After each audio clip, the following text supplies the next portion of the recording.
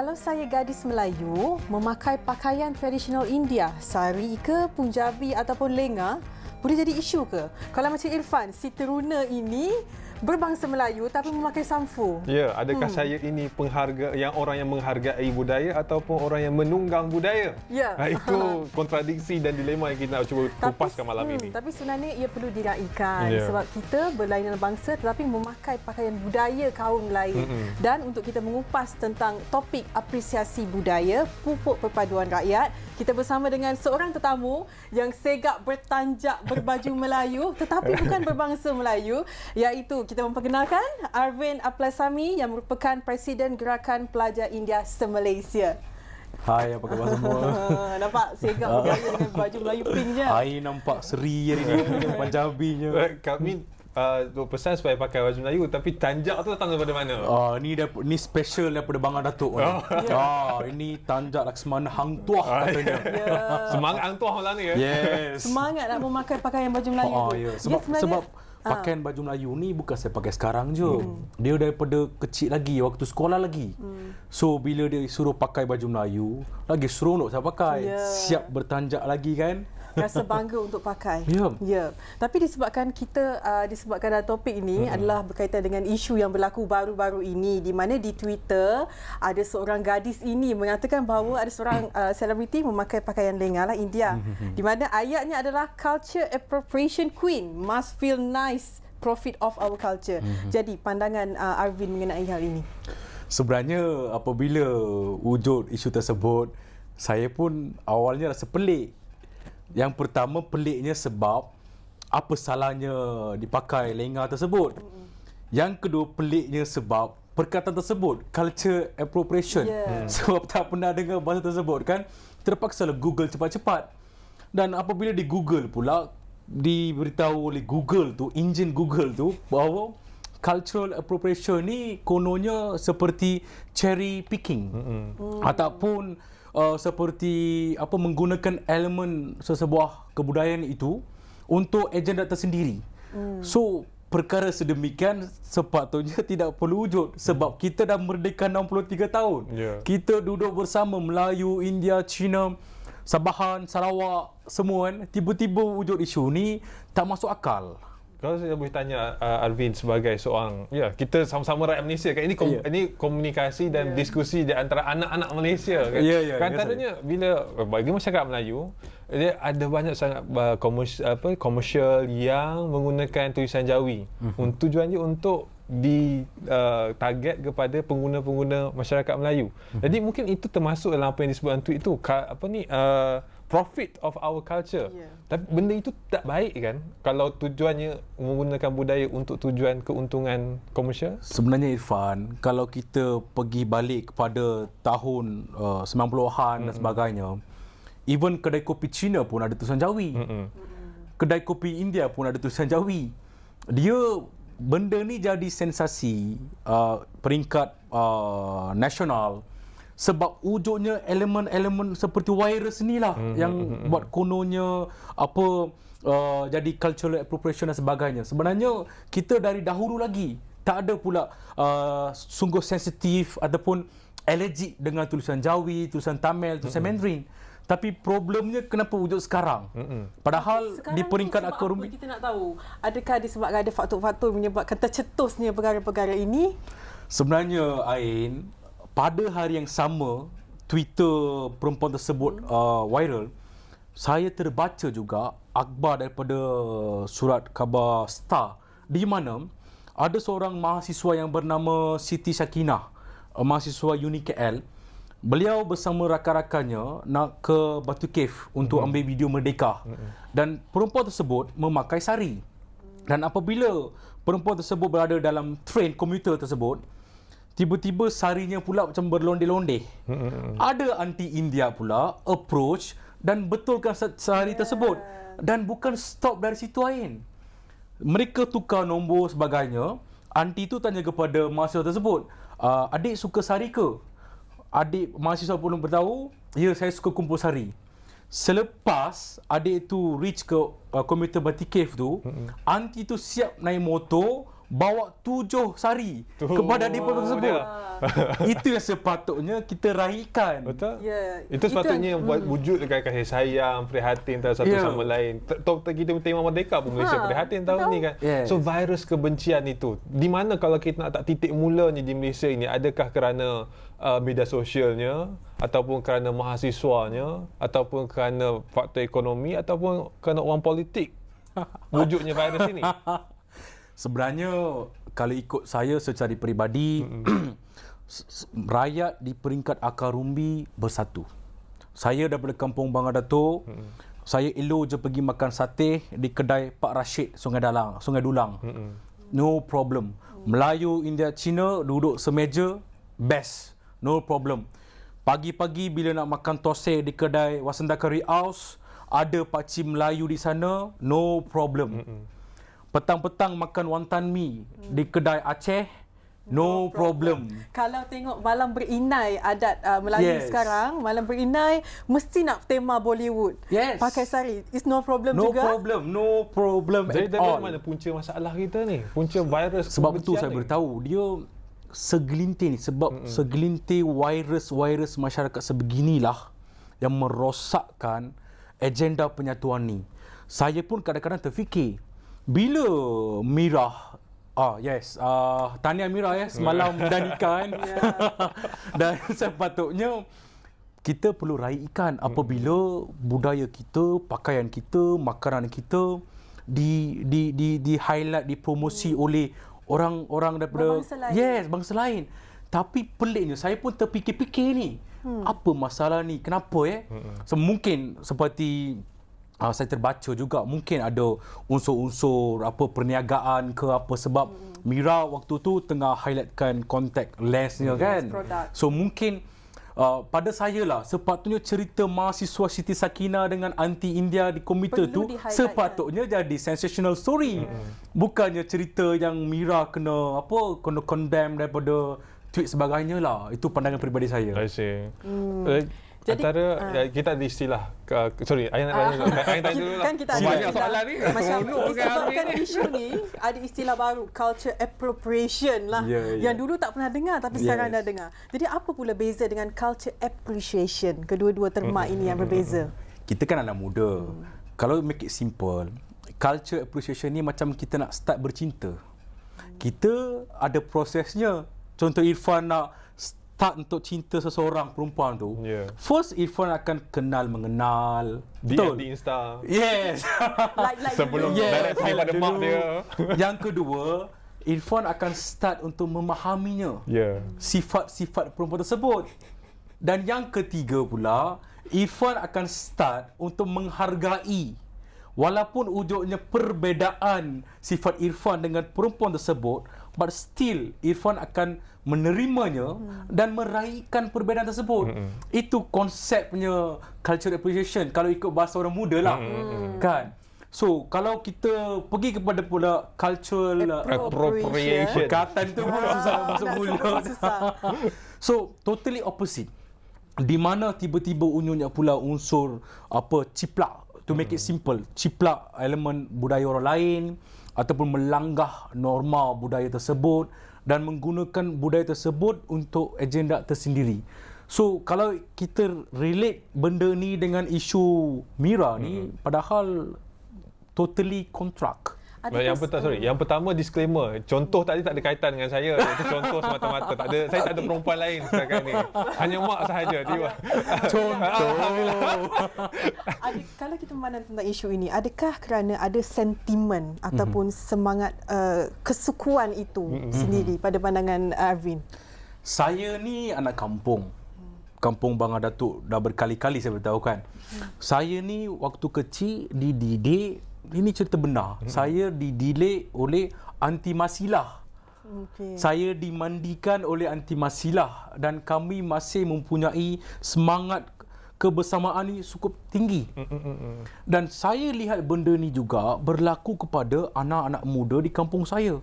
Kami petang-petang lepak dekat Port Macdin dengan anak-anak Melayu, Cina bersembang. Tak ada problem. Tak ada pula di sana kita kecoh pasal apa, kenapa kau pakaian macam ni lah, kenapa kau makan ni, tak ada pula. Itu saya betul tadi, di peringkat akar umbi kita masih bersama. Itu contoh culture appreciation, menghargai budaya. Mungkin Arvin should kongsikan apakah contoh-contoh culture appropriation yang menunggang budaya untuk keuntungan dan juga menciplak yang seperti mana Arvin sebut tadi. Yang ni soalan yang cukup tinggi tahapnya. Macam kita ni kalau, culture appreciation. Kalau culture appropriation tu macam mana? Tak, culture appropriation bagi saya lah. Dia bila hilangnya sikap hormat menghormati terhadap budaya tersebut tu problem. Contohnya pakai baju pakai tudung, tiba-tiba pakai skirt. Itu isunya. Tiba-tiba pakai sari, pakai seluar short ke bawah. Tak berkaitan. Dan benda ni melanggar norma kebudayaan tersebut. Itu yang kita panggil culture appropriation. Tapi Mira Filzah pula tak sebegitu. Elok, ayu nampak kan, komplit, tutup aurat. Everything is good. Tapi still ada isu kan.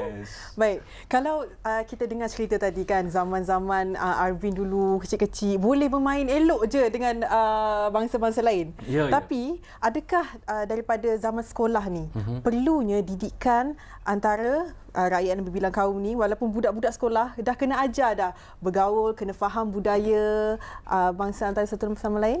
Betul. Saya ni daripada Sekolah Kebangsaan Hutan Melintang. Bila je ada bulan kemerdekaan ni, seronok sangat-sangat. Sebab waktu itulah kita dididik apa pasal kemerdekaan, pasal sejarah dan sebagainya. Dan sepatutnya sekolah ni betul lain. Sepatutnya sekolah ni menjadi wadah untuk anak-anak muda, bah kata pepatah Melayu kan, melentur buluh biarlah daripada rebungnya.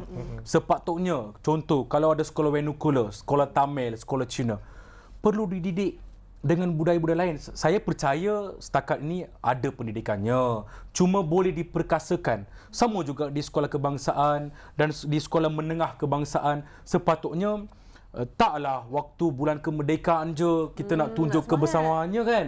Contoh ada subjek civic kewarganegaraan. Mungkin kalau kita nak kupas benda ni, betul Ifan, sewaktu saya belajar civic, subjek itu kalau dah dekat dengan exam akan ditolak dan digantikan dengan subjek lain.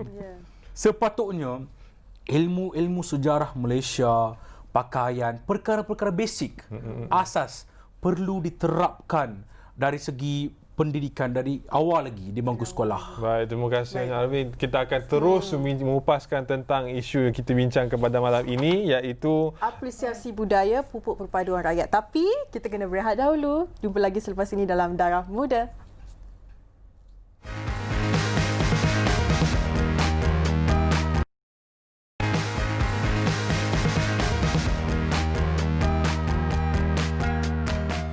Kembali dalam Darah Muda dengan topik apresiasi budaya. Kalau tadi kan Arvin sebut tentang di sekolah kita belajar civic dan kenegaraan.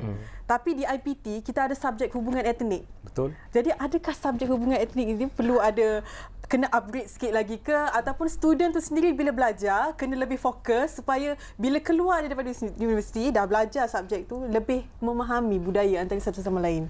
Secara jujurnya subjek hubungan etnik di IPTA, IPTS cukup membosankan. Ini output yang cukup jujur daripada diri saya. Sebab asyik-asyik masuk kuliah, keluar slide dan berbagai-bagai lepas tu buat presentation, berkumpulan dan end dekat di situ saja. Sepatutnya subjek hubungan etnik ini perlu memainkan peranan yang penting sebab supaya ada kesinambungan daripada sekolah rendah, sekolah menengah, IPTA. Dia kena ada kesinambungan, tetapi di IPTA. Ini secara peribadilah pendapat saya So perlu diperkasakan lagi. Mungkin boleh buat program, mungkin cara pembelajaran tu make it interesting kan. Kalau saya cadangkan subjek hubungan etnik itu dimansuhkan sepenuhnya, digantikan kredit awal tu dengan khidmat masyarakat secara fizikal. Turun jumpa masyarakat pelbagai kaum, buat aktiviti dengan orang ramai. Rasanya itu lebih berkesan kalau tujuannya untuk mengeratkan hubungan etnik kan. cadangan yang cukup bernas. Saya amat sokong cadangan Irfan. Sebab Irfan, kita ni kadang-kadang berbicara ni macam apa kan, rhetorical sangat. Sepatutnya kita kena make it realistic. Turun ke peringkat akar umbi, jumpa orang pelbagai kaum, baru kita akan dapat rasai perbezaan tu, apa kesamaan tu, baru seronok. Supaya belajar hubungan etnik bukan hanya nak lulus sahaja, sebab ia adalah subjek wajib untuk lulus, betul? Jadi adakah di IPT sendiri perlu ada program silang budaya, like cross culture program, perlu digiatkan secara aktif? Saya contohnya waktu saya buat degree di UKM, Universiti Kebangsaan Malaysia, di sana sepanjang saya berada di sana, program-program aktiviti kebudayaan cukup hebat. Itu peringkat UKM. Saya pun terlibat dan saya lihat setiap bulan ada je program-program kebudayaan, kemasyarakatan dan sebagainya. So saya rasa itu berdasarkan kepada universiti yang masing-masing. Di UKM is 101% perfect. Kalau boleh bagi cadangan kepada universiti yang secara majoritinya merupakan satu kaum, macam universiti saya dulu, USIM, kami banyak juga hubungan program rentas budaya ni, tapi budaya Arab, budaya Cina, dan negara besar Cina kan. Tapi kalau program rentas budaya dalam kalangan masyarakat Malaysia akan terbatas sebab kami semua Melayu. Mungkin ada nasihat ataupun cadangan daripada Ervin bagaimana untuk mengatasi cabaran itu? Dia lebih baik kita balik kepada visi dan misi universiti tersebut. Contohnya UKM, Pendaulat Amanah Negara, nama pun kebangsaan. Kalau USIM, apa salahnya? Kita collaborate dengan pelbagai badan-badan NGO. Di Malaysia kan ada banyak badan-badan NGO yang berbagai kaum sebagainya. Contohnya kan? MISF. Yes, why not? So mungkin pentingnya collaboration strategik antara pelbagai pihak. Boleh buat je program-program dengan kaum lain. Tak semestinya kita terkongkong dekat USIM saja kan. Saya setuju. Itu mungkin cadangan lah. Kalau macam Irfan tadi USIM kan. Tapi saya Aswara. Pakai promo tengah belajar masing malam ni. Akademi Seni Budaya. Memang kita terdedah dengan pelbagai budaya. Dan kita boleh memahami dengan lebih mendalam lagi lah. Jadi sebab tu berlakunya fusion culture, culture India dalam culture Melayu. Jadi boleh nak buat benda tu. Tapi bagaimana untuk memastikan ada do and don'ts-nya. Boleh buat dan tak boleh buat. Dia basic tu moralnya ialah sikap hormat menghormati tu. Itu yang penting. Sebab kadang-kadang kita semangat nak promosikan budaya sebagainya kan. So tiba-tiba macam saya cakap tadi, wujudnya kecacatan dalam promosikan kebudayaan itu yang jadi problem. Bukan bermaksud kita nak tentukan do and don't sebenarnya. Siapa kita kan? Kadang-kadang kita pun tak perfect. Tapi cuma kita waktu nak meraihkannya, jangan wujud kecacatan dalam promosian kebudayaan orang lain. Itu yang isu mandatory yang saya rasa. Kami bincangkan sebelum Darah Muda, kami nak jadi kawan dengan kawan-kawan berbeza agama, etnik, tetapi kami malu. Itu tajuk Darah Muda sebelum ini. Sebab tajuk dia macam ni ya. Bila kita dah hidup ramai daripada kecil saya besar dengan kumpulan yang sama, kadang-kadang malu nak berkawan dengan itu. Apa so malunya? kadang bila pakai macam saya pakai sampul ni, pakai je tapi tak faham dia punya sejarahnya, budaya sebaliknya. Nasihat kepada kawan-kawan kita supaya jangan malu itu, Ervin. Sahabat-sahabat sekalian, kalau tak kenal tak cinta. Kan? Apa malunya? Kita ambil 3 step tadi tu saya cakap. Saya pentingkan 3 step tu. Yang penting kenal mengenal. Yang kedua memahami sifat-sifatnya. Yang ketiga, walaupun kita suka tak suka, kita menghargainya. Kita meraihkan perbezaan tersebut. Dia malu sebab dia takut bila dia tercakap sesuatu yang mengguris hati kawan dia tu. Dia saya rasa secara peribadi tak pun. Sebenarnya saya rasa mungkin apabila mereka dah start kenal mengenal, start dengan Google je lah kan. Depan handphone dekat tangan je kan. Start dengan Google, slow and steady. Saya rasa perkara ini bukan perkara yang cukup kritikal. Dan kita pun kena terbuka lah kan. Sebab orang nak tahu tentang kita. Betul. So kita kena terbuka dan kongsi. Kalau macam tadi Arvin cakap tak kenal maka tak cinta. Tapi yang bahayanya adalah tak kenal maka tak cinta. Yang bahaya adalah bila tak cinta maka wujud satu prejudis atau prasangka. Sebab kita adalah masyarakat yang berbilang kaum kan. Jadi bagaimana untuk menghindarkan sentimen, prejudis atau perang sangka dalam konteks kita masyarakat majmuk ini. Sebab itu pentingnya cultural appreciation, tajuk topik kita pada hari ini. Sebab apabila anda start untuk mengelakkan diri ataupun menghindari diri daripada budaya tersebut sebab anda tak suka, itu problemnya. Basic thing is menghargailah benda tersebut. Sebab kita dah duduk di Malaysia 63 tahun, dah bersama, makan minum bersama, meraihkan pelbagai perayaan bersama. Tetapi apabila ada perbezaan, janganlah menghindarkan diri tersebut. Walaupun kita tak suka, at least menghargainya, kemajmukan. Sebab kita kan truly Asia, the one and only truly Asia. Malaysia truly Asia, ya. Yeah. So this is our keunikan. Media sosial itu tempat yang paling senang nak cemuih orang, tempat paling senang nak sebar kebencian, dan tempat yang paling senang nak cari cinta, contohnya Fizzah kan. So apa nasihat nak kongsikan tips kepada kawan-kawan kita ni, cara penggunaan media sosial yang boleh membawa kepada perpaduan, bukannya perpecahan? Irfan, social media ni dia macam laut. It is uncontrollable. Cuma apa yang kita boleh terapkan di sini ialah kita kena beralih kepada pemikiran rakyat Malaysia. Bila cakap je Malaysia, that's our identity. Bila cakap je Malaysia, pemikiran kita tu berdasarkan kepada acuan negara Malaysia. Itu bila kita berfikir sebegitu, barulah kita dapat menghindari. Kita berkempen berpuluh tahun, berbulan, jam-jam pun tak akan guna pun. Betul. Yes, dia kena wujud daripada lubuk hati ni. Dan saya dapat tangkap tu berdasarkan acuan budaya di Malaysia. Harga itu mahal tu. Tapi mungkin ada kita darah muda ni, peranan kita lah akhir sekali nasihat untuk darah muda ni, akhirnya untuk memastikan kesinambungan budaya ini turun-temurun dari generasi ke generasi. Sahabat-sahabat sekalian, sepatutnya kita dah ada full package, iaitu penghayatan rukun negara. Kita dah ada everything. Yang pertama, kepercayaan kepada Tuhan. Tiada agama yang mengajar untuk menghina, mengecam orang lain. Yang kedua, kesetiaan kepada raja dan negara. Kita akan mementingkan negara daripada mementingkan suku kaum, politik dan sebagainya. Tidak wujud penghinaan antara sesama lain. Yang ketiga, keluruhan perlembagaan. The mother of the law di Malaysia. Kalau kita dah faham menghayat perlembagaan persekutuan ni, cukup dah. Selesai. Yang keempat, kedaulatan undang-undang negara kita berdaulat. Kita mempunyai acuan tersendiri.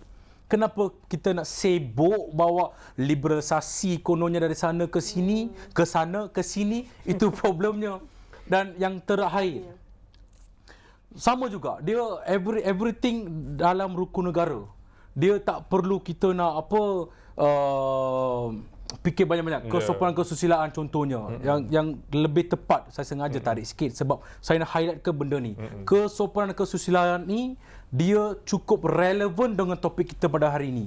Sebab apabila kita nak highlightkan kebudayaan ni, contohnya nak highlight budaya sendiri ataupun budaya orang lain, kita ada batasnya dan kita ada tata tertibnya berdasarkan kepada norma kebudayaan tersebut. Berdasarkan kepada norma budaya. Terima kasih banyak Arvin atas perkongsian malam ini. Dah tak perlu dah kita promote rukun negara. Arvin dah tahu promote dah. Apapun kita pegang rukun negara untuk benar-benar menjadi warga negara yang sayangkan negara kita. Akhirnya menghargai budaya, bukannya menunggang budaya. Dan salam daripada kami, jumpa minggu depan semuanya di Darah Muda.